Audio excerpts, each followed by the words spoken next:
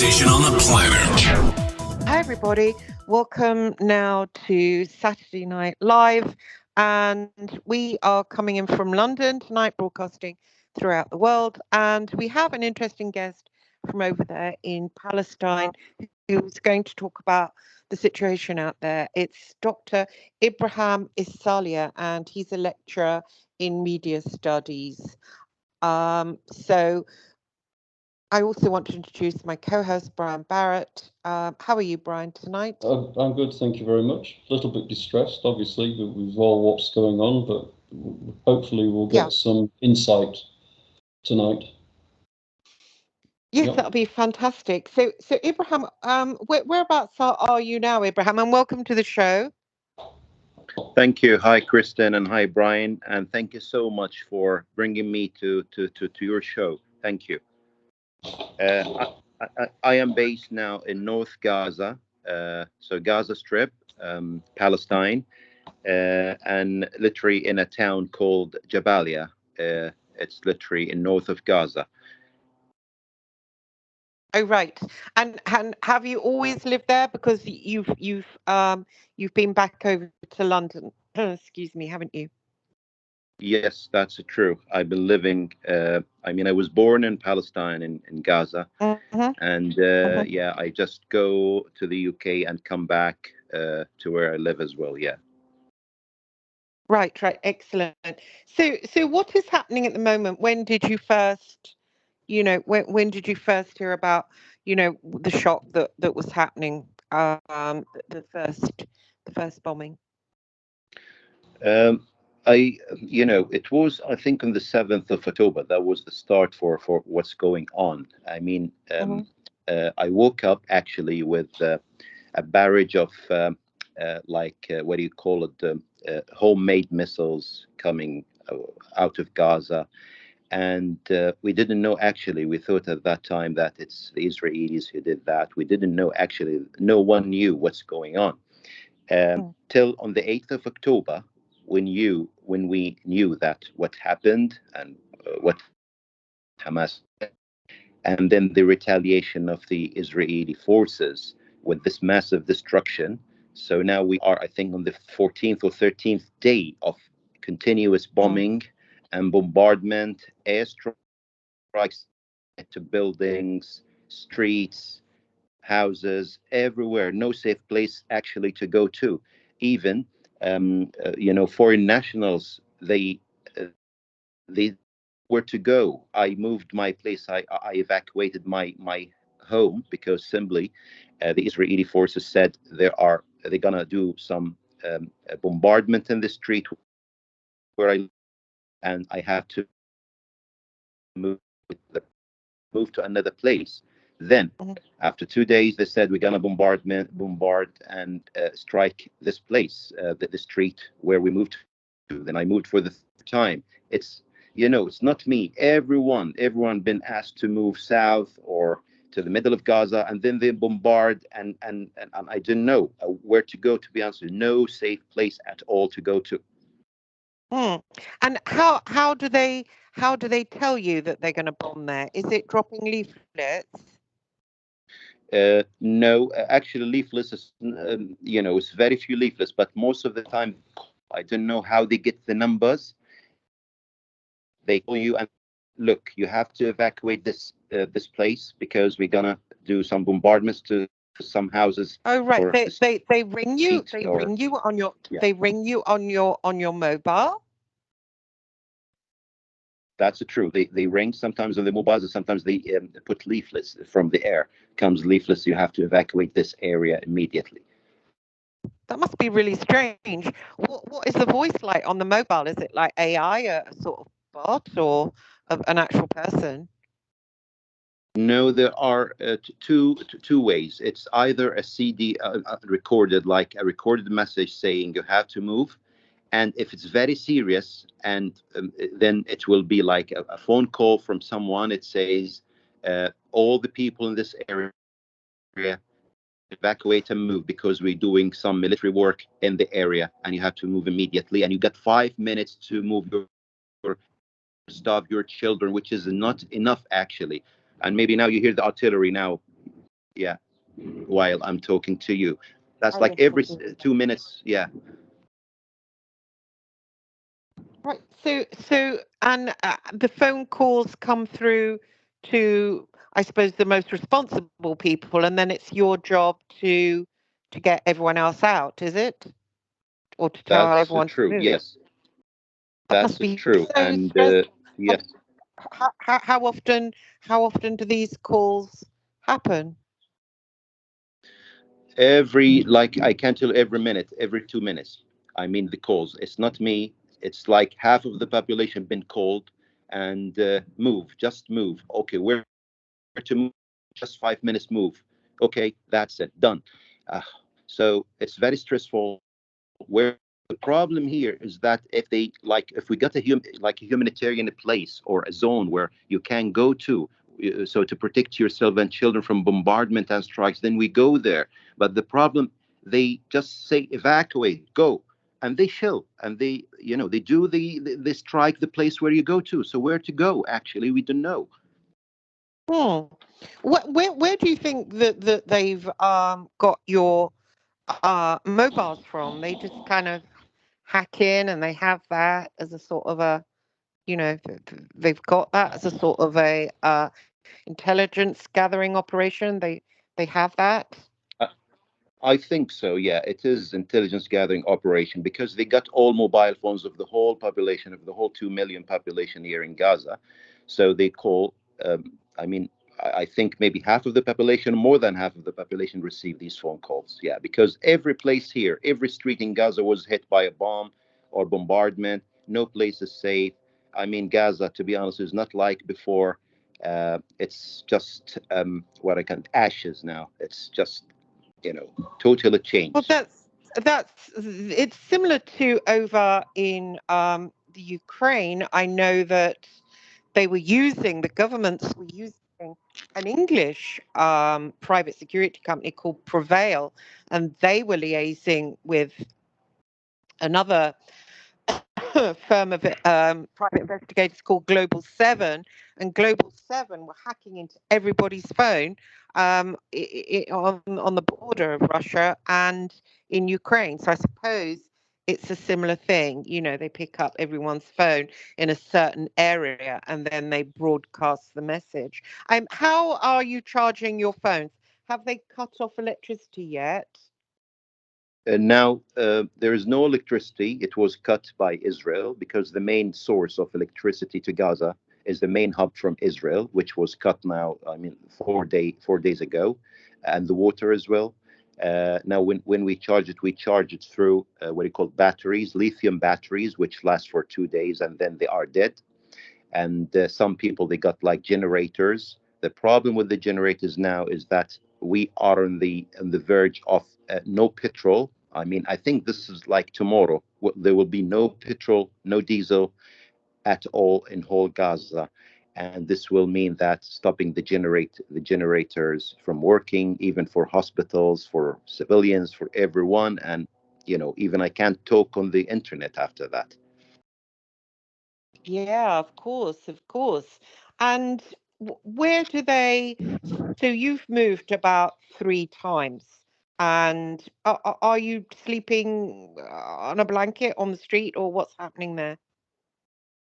To be honest with you, one of my like family members, he's living far from little bit to the middle of Gaza. So we moved there. We taking me and 8 of my family members. We using one room, so sharing a room in his house. Like he gave us his the room to share.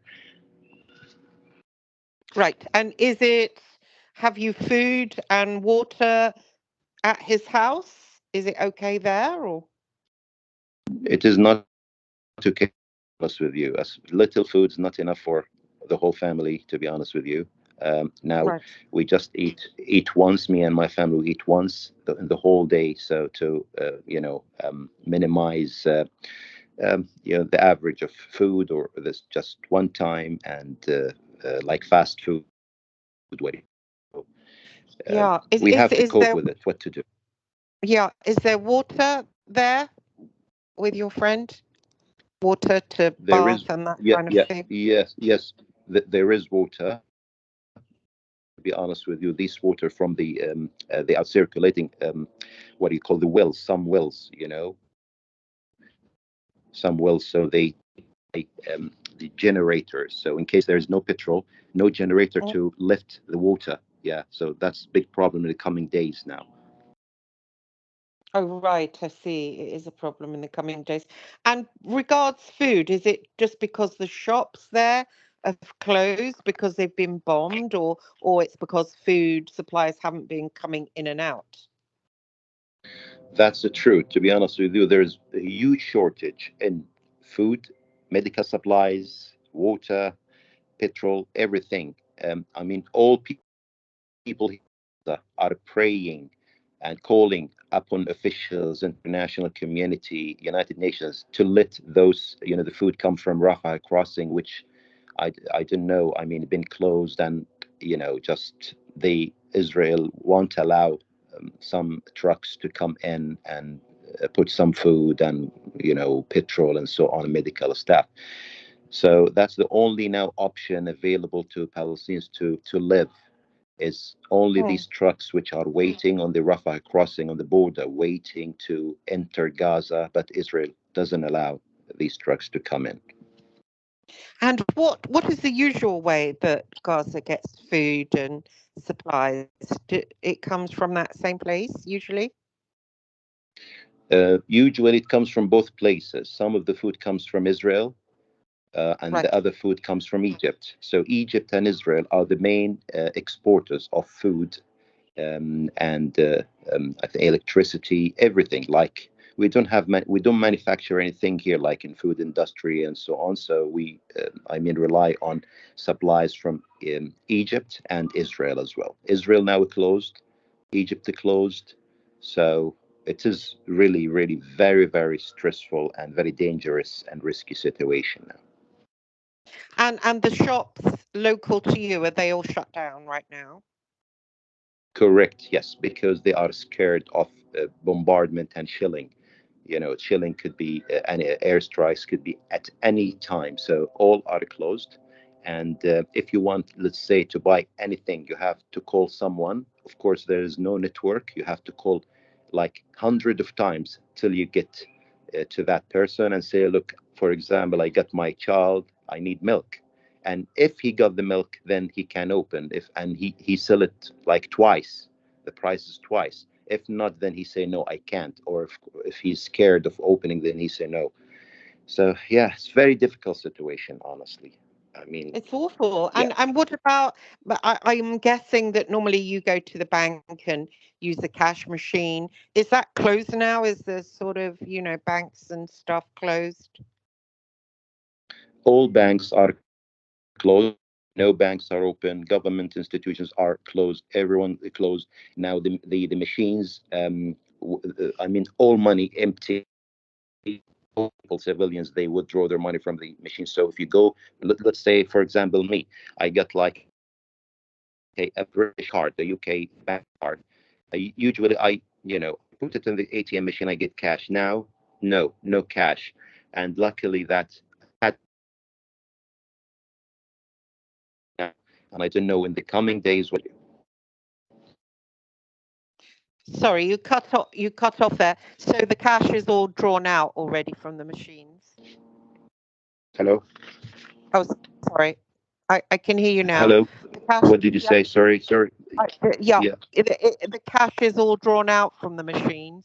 Did you I say? think the line is like, yeah, I can't hear you properly. Maybe because of the internet. I think. Oh, Do you hear right. me? Yes, I can hear you. Should we try ringing again?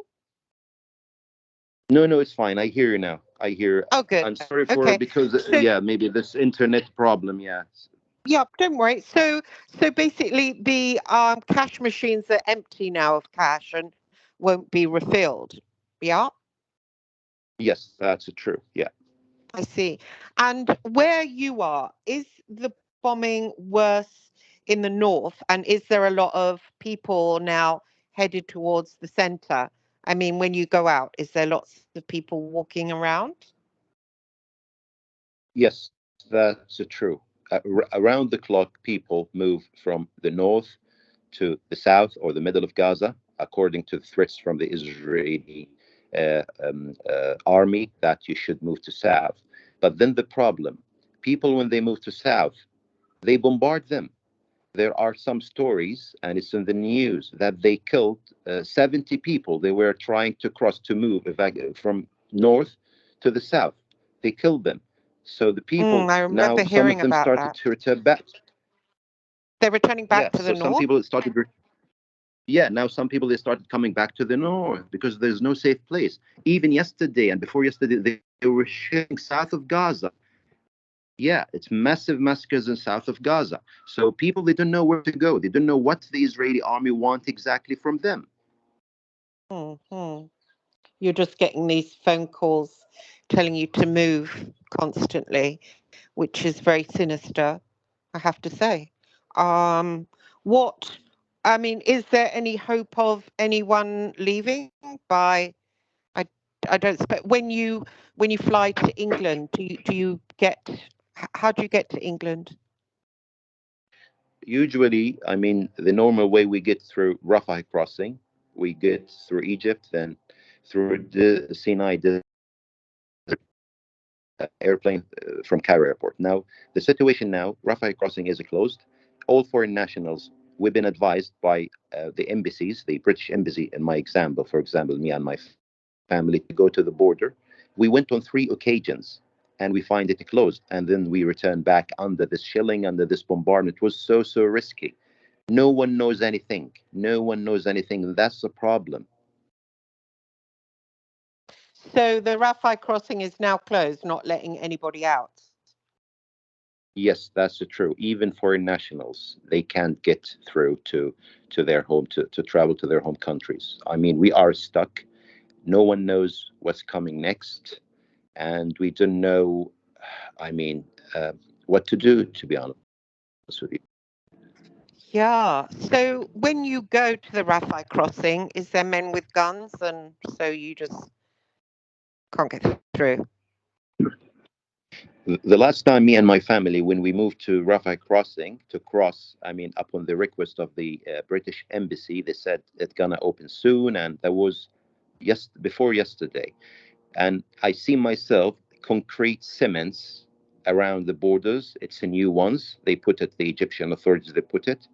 And there was also cement blocks on the main entrance of the Egyptian border. And I don't know why they did that. They don't want to let anyone go there. And the end was that, yes, it was not open, and then we returned back to north of Gaza under the shelling, under the bombardment. It was so risky for my family. Yeah. So there's a wall up there that wasn't there before. That's true. Yes.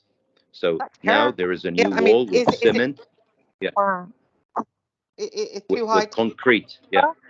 I suppose you can't climb it because is there military there guarding it?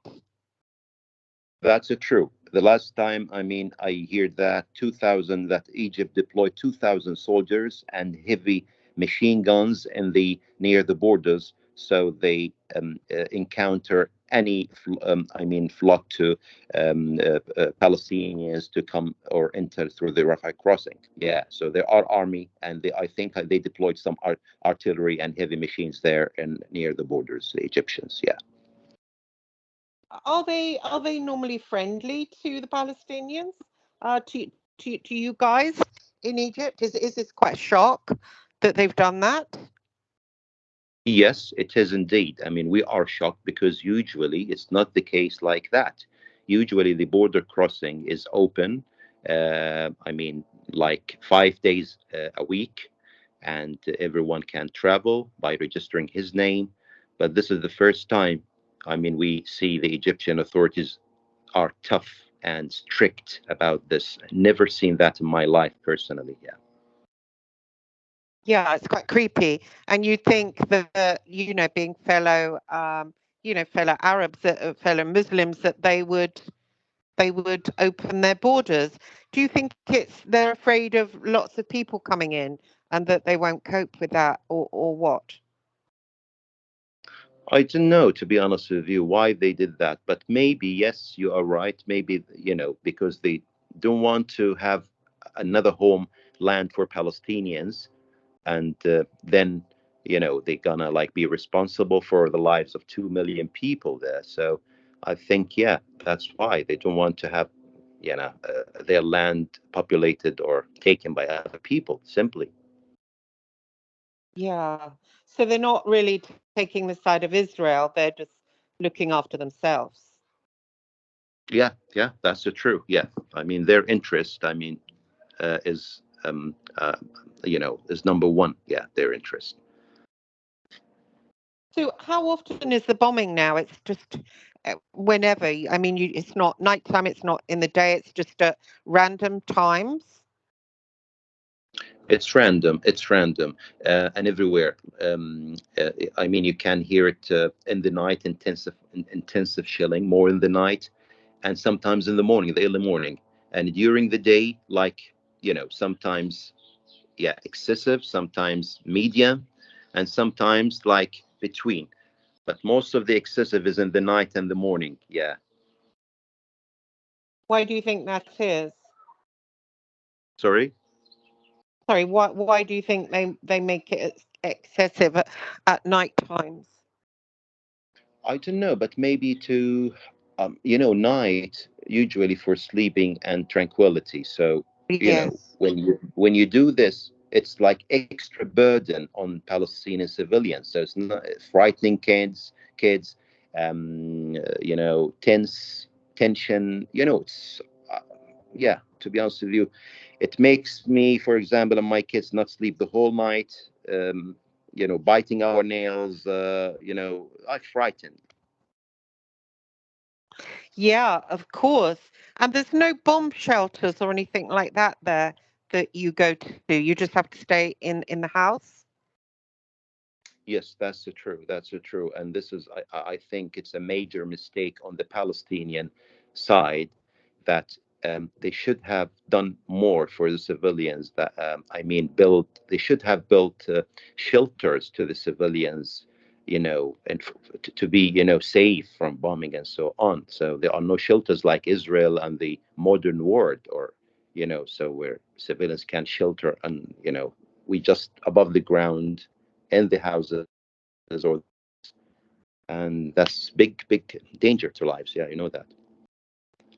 Yes, I mean it's pretty awful. I mean, what do you think is going to happen in the future? What do you think Israel's playing at? It's quite strange, I find, that our country, well, the UK and America, well, America, I suppose, they've always been, very close with Israel, but our country stomping up and joining in and not really thinking about humanitarian crisis before they sort out what's going on, but just as this bombing is going on, pledging their support, which I find quite creepy. Rishi Sunak, what's your thoughts about what's going on? I think, to be honest with you myself, I blame USA and UK and Israel as well for what's going on, because they are the ones who made us reach to this point. uh, Benjamin Netanyahu, Prime Minister Benjamin Netanyahu, instead of concentrating on finalizing a peace deal with a two-state solution with the Palestinians, he just forgot about the Palestinians for ages, and he went to do normalization with Arab countries who are far from him, and he just forgot about his closest neighbors, the Palestinians. He just forgot them and forgot about their rights. If he started long time to work on bridging a deal with the Palestinians, the closest neighbor, and then normalization will come automatically. So he did vice versa. He thought that if he do normalization with the Arab world, then the Palestinian rights will be annulled, will be neglected. But that's not the case. The Palestinian issue is a major issue in the hearts of every Muslim, every Arab, and that's Mm. the main mistake I think he did, and why we reached to the current situation. Mm. Did he want to sort of move all the Palestinians out of Israel and have it as his own land, do you think? I think so. Now it is revealed now through what's going on, and that he's asking Palestinians to move to the south next to Egypt borders. Yes, I think now this is the plan. He just wants the Palestinian get out of Gaza, get out of the West Bank, get out of East Jerusalem. No Palestinian state, and the alternative homeland to Palestinians will be Jordan and Egypt. And actually, Jordanian and Egyptian presidents and the king of Jordan, they knew that, and that's why now they are very strict, and they put the borders. Jordan as well, they closed the borders, Al Karama crossing. So I don't know why he doesn't want, just to give Gaza. Gaza is, is nothing, no more than 375 kilometers square, and the West Bank maybe, and East Jerusalem, and just two-state solution where everyone recognizes the other, and we live in peace. And yes, you are right. Yeah, I think that's the main plan in the head of Prime Minister Netanyahu. Yeah. Do you think there's maybe some racism with him going on, that he doesn't want to share that particular stretch of land because they believe it's their land, possibly he believes it's his land? I mean, is that, excuse my ignorance, is that the Holy Land where Jesus was born and Jesus died? Excuse my ignorance there. Even Jesus was born in Bethlehem. Am I right? Bethlehem. Am I right? It's not in Gaza. Gaza is in Torah, in the Torah, in the religion of the Israelis. It's accursed. You mean, what's the meaning of accursed? Accursed, which means they don't want it. It's like bad omen to them, Gaza. And that's in the Torah. So, I mean, Jerusalem is holy for them. I know that, but what Gaza is, I don't understand it. It's like nothing for them. They withdrew their forces, and they took settlements out of Gaza because they don't want Gaza. Now you're telling me that you want Gaza again? You were there in Gaza. Yes, it's odd. So there's no particular sites, or there's no oil there. No, there's no religious sites there or anything like that you can think of. Nothing. The only thing is that they discovered what do you call it? 6 months ago or 7 months ago, they discovered a gas field that's opposite the the coast of Gaza, but still it's in the Israeli, after the borders of Gaza, or the sea borders of Gaza. So nothing to do with it. And I don't know, it doesn't have oil, doesn't have industry, doesn't have anything. And we rely in Gaza on, supplies from Israel and Egypt.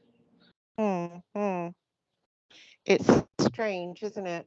And what do you think triggered the Hamas attack on Israel that, has made civilians suffer? Why did they leap to attack at that particular moment in time?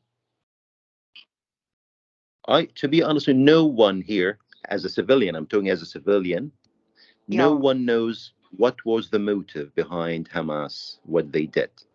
Some people, civilians, they say that this should not happen, and happened, including me.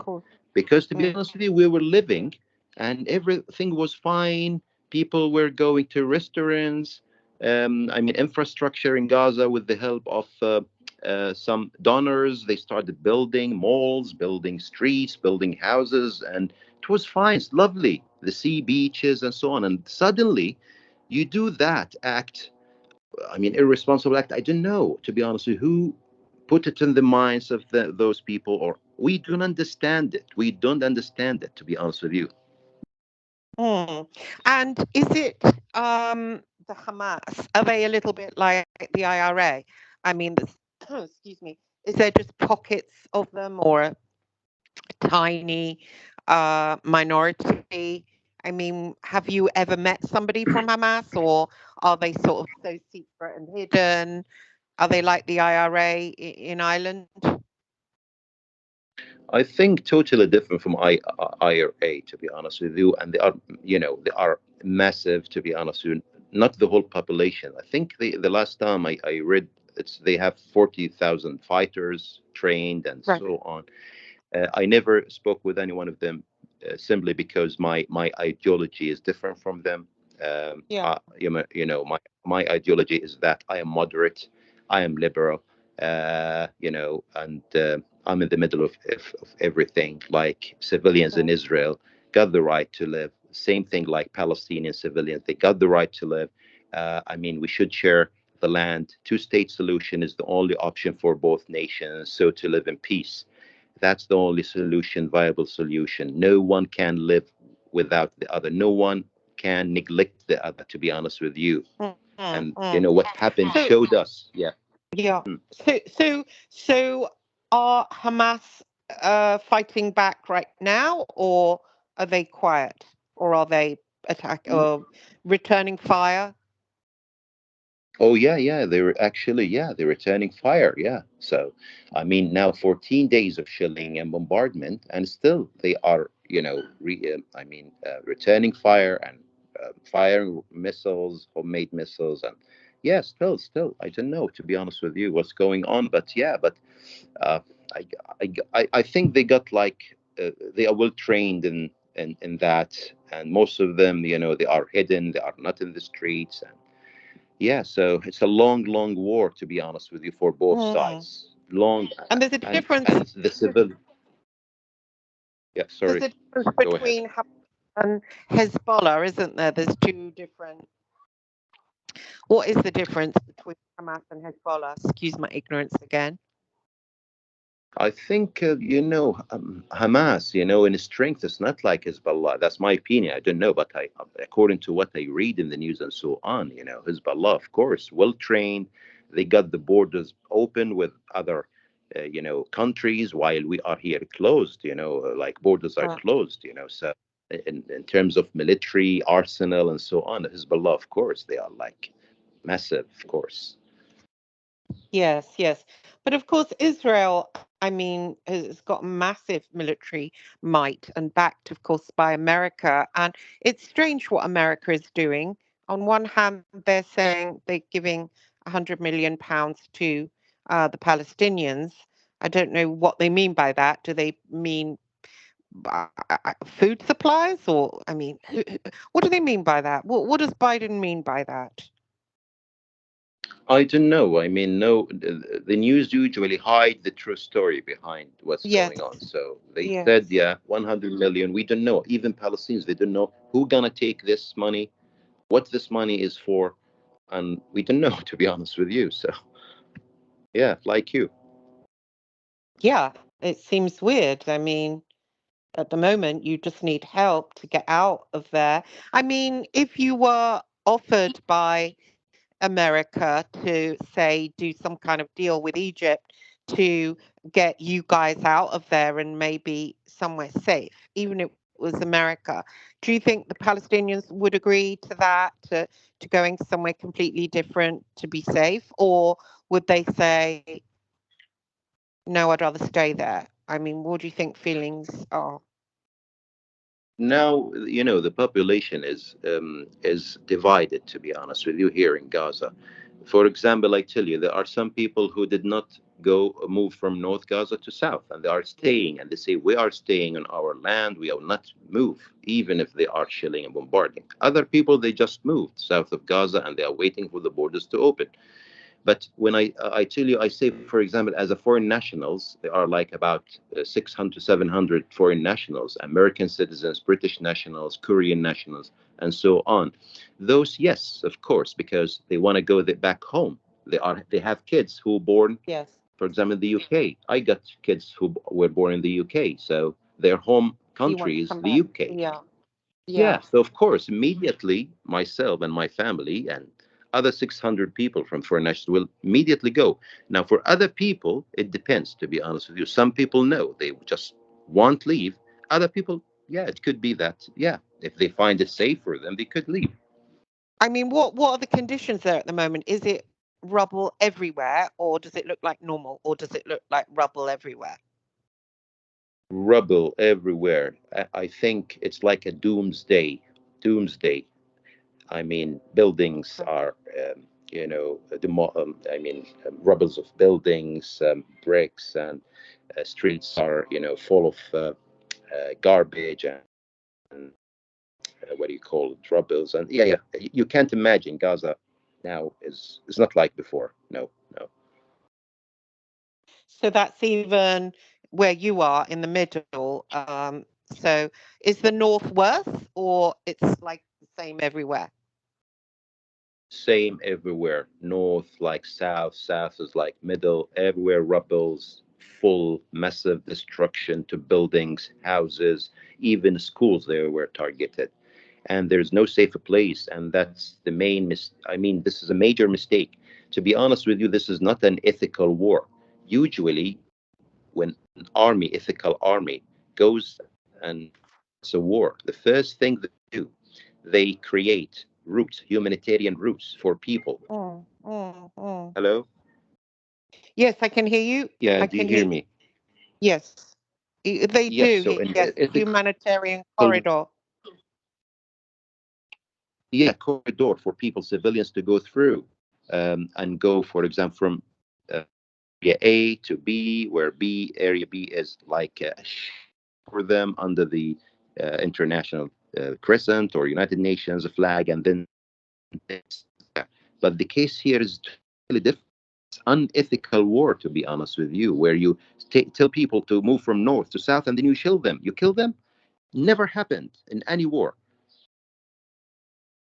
Yeah, I mean, I know Brian has come, he was living in Ukraine and he had to leave, but had he have been younger, he would have had to have stay because they were making the men stay. So, there's similarities there and yet not similarities. I mean, what do you think the similarities are with Ukraine, Brian? No, listening to that, I don't think there's any similarities at all, because the Ukrainians were given the option to leave. Yeah, these guys Right. are not being given the option to leave. So, for what I'm listening to, this has no parallels with Ukraine at all. Seriously, Right. It's awful. So Yeah. we're worse.